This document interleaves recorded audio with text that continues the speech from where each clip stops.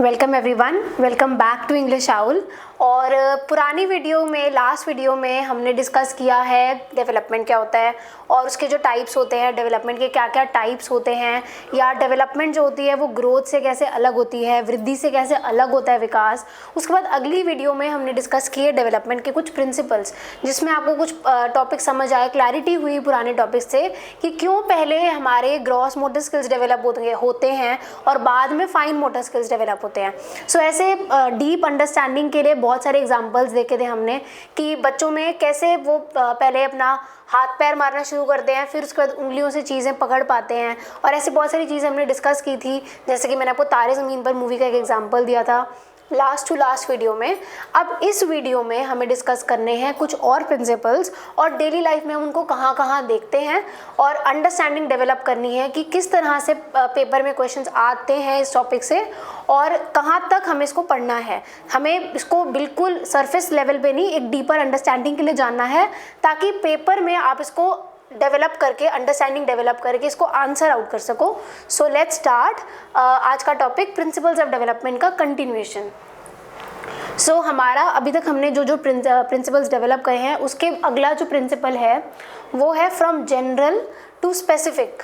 अब ये आपने जनरल टू स्पेसिफिक वर्ड कहीं ना कहीं सुना होगा इंडक्टिव डिडक्टिव रीजनिंग में।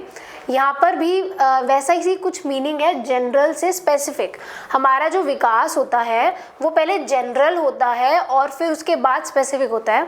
तो इसका एग्जांपल अगर मैं आपको दूं तो बच्चे क्या करते हैं कि कोई भी आंटी दिखेगी ना तो उनको बोलेंगे मम्मी, और कोई भी अंकल दिखेंगे उनको कहेंगे पापा। सो किसी भी अंकल आंटी को वो मम्मी पापा क्यों बुलाते हैं? क्योंकि उनके दिमाग में उनका ऐसे जनरल पैटर्न है कि जो भी लड़के होंगे, मेल्स होंगे, वो पापा होते हैं, और जो भी आंटियां होती हैं वो मम्मी होती हैं, उनको मम्मी बुलाया जाता है। हम जनरल चीज़ों के बारे में पहले, हमारे अंदर जनरल चीज़ें ज़्यादा डेवलप होती हैं और जनरल से फिर हम स्पेसिफिक जाएंगे। या जैसे एक और एग्जाम्पल अगर हम लें तो कोई 4 पैरों वाला एनिमल, बच्चे ने मम्मी से पूछा मम्मी ये क्या है, तो उसकी मम्मी ने बोला कि ये तो काऊ होती है। अब बच्चे क्या करेंगे, डॉग को देखेंगे, डॉग के भी 4 पैर होते हैं, तो कहेंगे ये छोटी काऊ है। और अगर उनको हिरण दिखेगा उसको भी वो काऊ कहेंगे। ये वाइट कलर का डॉग है तो ये वाइट कलर वाला काऊ है, वो ब्लैक कलर का डॉग है, वो ब्लैक कलर वाली काऊ है। वो सबको काऊ बोलेंगे जब तक उनका ये अंडरस्टैंडिंग नहीं डेवलप होगा कि खाली 4 पैर होना काऊ नहीं होता। सो ये एक कॉन्सेप्ट उनका धीरे धीरे डेवलप होता है। तो ये जो चीज़ें हैं ये है जनरल से स्पेसिफिक की तरफ जाना। फिर धीरे धीरे बच्चे सीखते हैं कि 4 पैरों वाले एनिमल्स में काऊ भी आता है, गोट भी आता है, शीप भी आता है, डॉग भी आते हैं, कैट भी आते हैं। और कैट्स में भी अलग अलग टाइप्स की कैट्स होती हैं, डॉग में भी अलग अलग टाइप्स के डॉग्स होते हैं, काऊ अलग होती है, बफेलो अलग होती है। ये सारी चीज़ें वो स्पेसिफिकली सीखते हैं। Infants call man daddy and all women mummy. So ये हमने भी डिस्कस किया। और move their legs randomly before starting to crawl और वॉक। अब अपने पैरों और हाथों को भी बड़ा रैंडमली यूज़ करते हैं। जैसे अगर आप बच्चों की तरफ बॉल फेंकोगे तो वो अपने हाथों को ऐसे खोलते हैं, ऐसे नहीं खोलते। एक तो इसका रीज़न ये होगा कि उनका ग्रॉस मोटर डेवलपमेंट हुआ होता है, फाइन मोटर डेवलपमेंट नहीं होता, उनका सेंट्रल नर्वस सिस्टम अभी डेवलप नहीं होता, और प्लस क्योंकि वो जनरल से स्पेसिफिक पैटर्न की तरफ जा रहे हैं तो उनको एग्जैक्टली नहीं पता कि अभी इस केस में हमें क्या मूवमेंट करना है। सो वो पहले क्या करेंगे, रैंडम मूवमेंट करेंगे। उनको एग्जैक्टली नहीं पता कि हमें क्या करना है, तो जनरल मूवमेंट करेंगे और बाद में धीरे धीरे वो सीखेंगे। तो पहले बच्चे क्या करेंगे, अगर उनको वॉक करना है, किसी चीज़ को पकड़ना है, तो वो क्या करेंगे, जनरल मूवमेंट ऐसे। तो पहले बच्चा क्रॉल करता है और धीरे धीरे हाथों पैरों में कोऑर्डिनेशन आने के बाद चलना सीखता है। सो इसीलिए जनरल से स्पेसिफिक पैटर्न आपको चलने में भी दिखेगा। When they are pricked by a needle, they react by their entire body. अगर आप एक गलती से आपको कोई पिन मार दे तो आप रोओगे या आपको दर्द होगा, तो आप उसको कंट्रोल कर लोगे। लेकिन एक छोटे बच्चे के केस में अगर आप देखो तो वो दहाड़े मार मार के रोएगा, क्योंकि उसको क्या है, उसको भी जनरल पे है वो, तो उसको पूरी बॉडी से एक्सप्रेस करना आता है, तो वो रोएगा भी तो पूरी बॉडी के साथ रोएगा। तो एक जनरल पैटर्न से स्पेसिफिक पैटर्न की तरफ होता है उनका। तो when they are pricked with a needle, they react with their entire body rather than just a specific part. दर्द उनको यहाँ होगी लेकिन वो रोएंगे ऐसे कि जैसे उनको पूरी बॉडी में पेन हो रहा है। सो क्योंकि जनरल से स्पेसिफिक पैटर्न है। और इसका जो दूसरा प्रिंसिपल है, अगर आप इस सीड को देखो तो सीड में क्या होता है, अब मान लेते हैं ये एक सीड था और इसको ग्रोथ करना है, इसको ग्रो करना है, तो क्या इसको सॉइल चाहिए? इसको सॉइल चाहिए डेफिनेटली, उसको सनलाइट भी चाहिए, उसको पानी भी चाहिए, उसको सब कुछ चाहिए, पानी चाहिए, सनलाइट चाहिए और सॉइल चाहिए। और अगर हम देखें सीड के केस में, तो अगर वो एक मटर का बीज है तो वो मटर बनेगा, आम का बीज है तो आम बनेगा। ये किस पे डिपेंड किया कि वो किस तरह का सीड था, कि उसमें किस तरह की इंफॉर्मेशन थी। अगर एक आम का बीज है तो मैं उससे सेब नहीं बना सकती, क्योंकि उसके अंदर वो इन्फॉर्मेशन है। इस इन्फॉर्मेशन को ही हम उसका डीएनए कहते हैं या उसके जीन्स कहते हैं। तो जिस तरह की इन्फॉर्मेशन उसके अंदर स्टोर्ड होगी वो वही बनेगा। एक चीज़ तो ये हो गई, इसी को हम कहते हैं हमारा हेरिडिटी।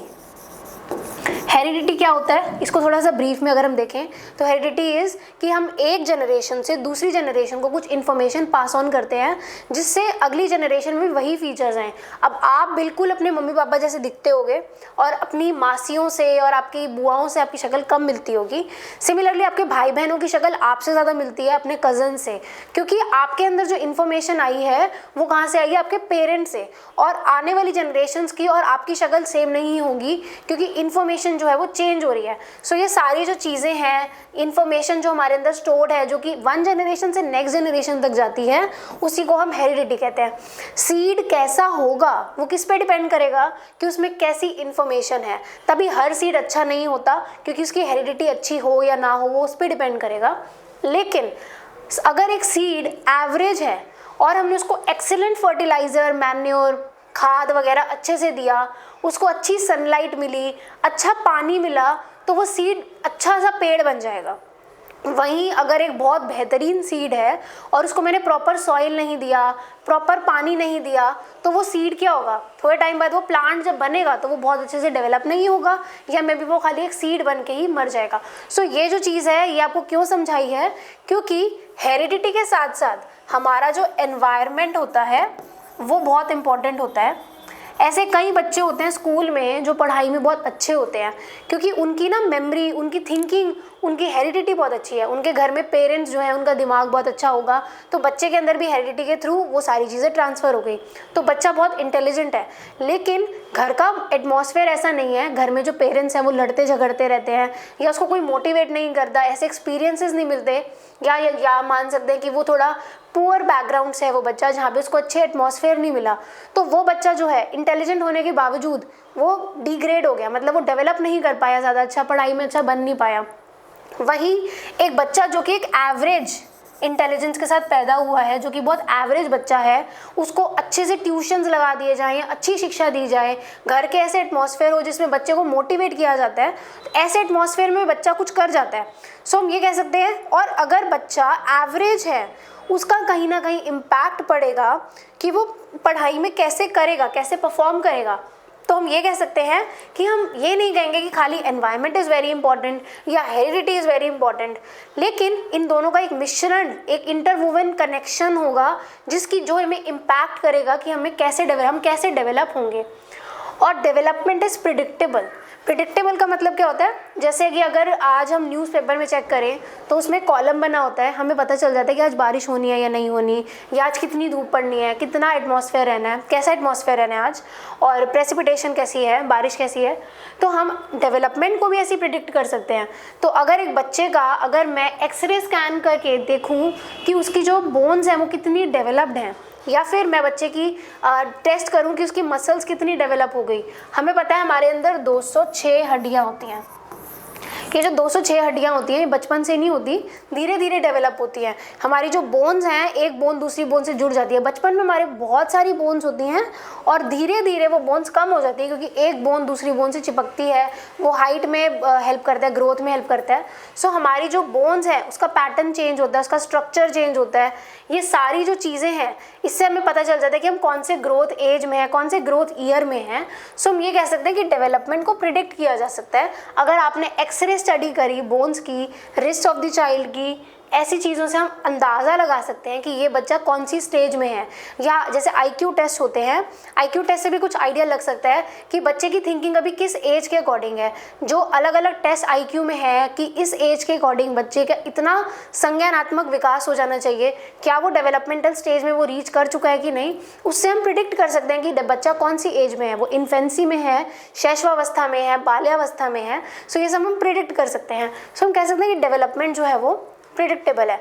सो आज हमने जो भी चीज़ें डिस्कस करी, आई होप आपको वो समझ आई होंगी कि डेवलपमेंट जो होती है वो जनरल से स्पेसिफिक जाती है।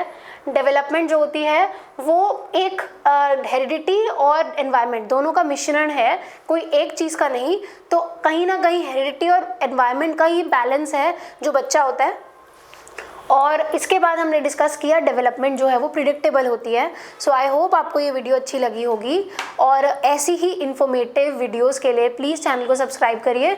और अगर आपको कोई डाउट है या कोई चीज़ आपको समझ नहीं आई है तो प्लीज़ कमेंट डाउन करके हमें बताइए कि क्या चीज़ समझ नहीं आई है। अगर आपको वीडियो अच्छी लगी हो तो प्लीज़ कमेंट में बताएं, और अगर वीडियो से रिलेटेड कोई कमी है तो वो भी हमें बताएं, हमें मोटिवेशन मिलेगी कि हम आगे वाली वीडियोज़ में इम्प्रूव कर सकें। आई होप आप लोग अच्छे से प्रिपेयर करें, पेपर का कर रहे होंगे। सीटेट का एग्जाम आने वाला है। So keep preparing and please do like, share and subscribe the channel. Thank you.